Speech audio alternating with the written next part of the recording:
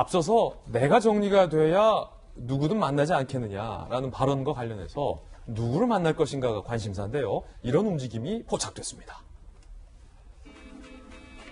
재보궐선거를 승리로 이끈 김종인 전 국민의힘 비대위원장이 당을 나오셨죠.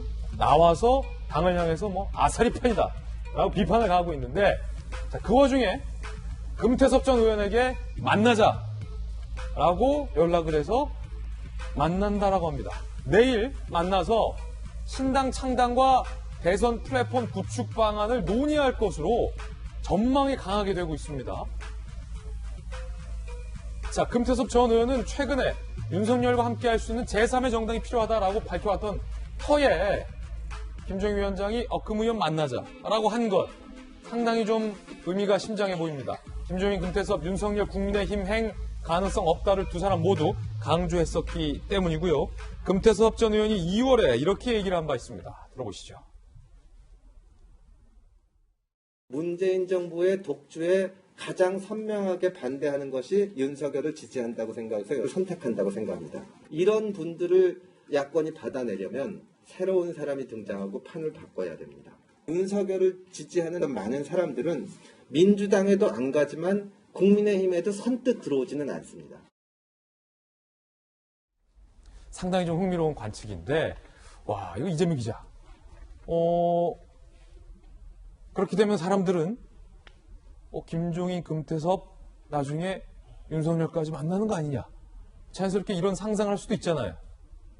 할 수도 있겠죠. 앞으로 정치라는 게 생물이니까 어떻게 할지 모르겠으나, 근데 전 김종인 비대위원장의 전 비대위원장의 메시지가 사실 상당히 혼란스럽긴 합니다. 그러니까 지난달에 기자들 만나서 한 얘기가 윤석열 전 총장 거취를 물어보니까 제3지대가 성공한 사례가 없다 이렇게 못 박았습니다.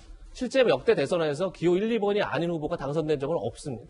그런 점에서 제3지대의 성공 여부에 대해서는 논란이 많은 건데, 어쨌든 간에 본인 스스로 없다라고 얘기한 다음에 지금 금태섭 의원은 아무래도 국민의힘 입다 이런 것보다 제3지대를 모색하고 있는 거죠. 그래서 김종인 전 위원장이 만나는 것 자체가 어떻게 보면 거기에 힘을 실어준 듯한 모습인데, 모양새가 될 텐데, 아니 제3지대가 없다고 그랬다가 제3지대로 다시 나아가는 게 맞는 건지 이런 하나 생각이 드는 거고, 또 하나가 이제 국민의힘을 떠나면서 남긴 어떤 핵심 메시지가 이번 보궐선거는 국민이 승리한 거지 국민의 힘이 승리한 게 아니다. 그렇게 착각하지 말아라라고 얘기했었죠.